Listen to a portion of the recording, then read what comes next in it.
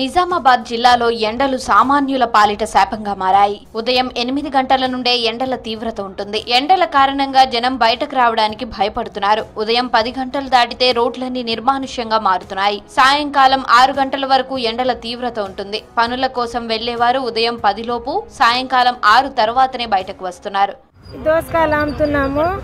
ఏ కడుపు తిప్పలకు మేము మాకేం బరకట్లేదు సార్. ఇలా మా పైసలు వస్తలేవు సార్. ఎండలో కూర్చుంటున్నాము. మాకేం పడతలు వస్తలేదు.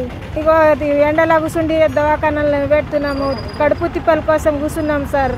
గిరాకీ ఏమీ లేదు సార్. ఏమో ఎండలో అద కిలో అట్లా అవుతున్నాయి సార్. పోయినసారి కనీసము చూడడానికి అక్కడక్కడ మంచి నీళ్ళన్నా ఏర్పాటు చేసిన దాఖలు ఉన్నాయి.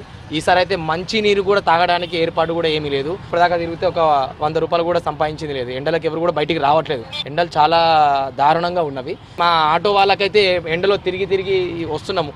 ఎక్కడ నిలబడితే మంచి నీళ్ళు కూడా తాగడానికి ఇబ్బందులు ఉంది. చాలా ఇబ్బందిగా ఉందండి. అందుకోసం మేము కోరుకునే ప్రభుత్వాన్ని ఏంటంటే సహకారాలు ఏంటంటే మంచి నీరు కానీ మజ్జిగ కానీ అది ఏదైనా అందించితే బాగుంటుంది. గత 10 రోజులుగా జిల్లాలో అత్యధిక ఉష్ణోగ్రతలు నమోదవుతున్నాయి. 36 డిగ్రీల పైచిలుకు ఉష్ణోగ్రతలు నమోదవుతున్నాయి. తాజాగా జిల్లాలో పలు చోట్ల 42 డిగ్రీల పైచిలుకు ఉష్ణోగ్రతలు నమోదయ్యాయి. దీంతో జనం భయపడుతున్నారు. ఈ మెయిన్ రోడ్ మీద కూర్చొని దోసకాయలు, కూరగాయలు, బీరకాయలు అమ్మితే మాకు పొద్దున్న దాకా 8-9 దాకా అమ్మితే మాకేం మిగిలికొచ్చింది సారు. ఎండ ఎక్కువ ఉంది. మాకేముంది, ఏం ఉపాయం ఉంది సారు. దీనికోసం మేము రోడ్డు మీద పిల్ల జల్లని ఇడిసబెట్టి వచ్చి కూర్చొని జనం తిరగకొచ్చిర్రు. ఈ రంజాన్లో జనం లేదు, ఏం లేదు. మేము పొద్దున్న దాకా రాత్రి 10 అవుతుంది సార్. మాకు ఇక్కడ కూర్చొని చెట్టు లేదు, ఏం లేదు. ఎండలో కూర్చొని అమ్ముతున్నాం మేము. ఎండల తీవ్రత పెరగడంతో శరీరాన్ని చల్లబరుచుకునేందుకు రకరకాల ప్రత్యామ్నాయాల వైపు చూస్తున్నారు జనం. శీతల పానీయాలు, జ్యూస్లు ఇలా విరివిగా ఉపయోగిస్తున్నారు. ఎండలకు చిరు వ్యాపారులు భయపడుతున్నారు. దినమంతా రోడ్లపై ఉండడం ఇబ్బందిగా మారిందని అంటున్నారు.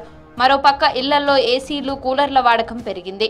జిల్లాలోని వైద్య ఆరోగ్య శాఖ కానీ, మున్సిపల్ శాఖ అధికారులు కానీ, సంబంధిత శాఖ అధికారులు ప్రత్యేక చర్యలు తీసుకొని ప్రజల కోసము చలివేల కేంద్రాలు, మజ్జిగ ప్యాకెట్లు కానీ నీటి సరఫరా చేయడం, దాంతోపాటు వడదెబ్బ గురి కాకుండా ఉండేందుకు ఓఆర్ఎస్ అనేది ఒకటి ప్రభుత్వ పరంగా ఉచితంగా అందజేస్తారు. కాబట్టి అధికారులు ప్రత్యేక చర్యలు తీసుకొని ప్రజలకు ఆరోగ్యాన్ని కాపాడుకోవాలని ప్రభుత్వానికి డిమాండ్ చేస్తున్నాం.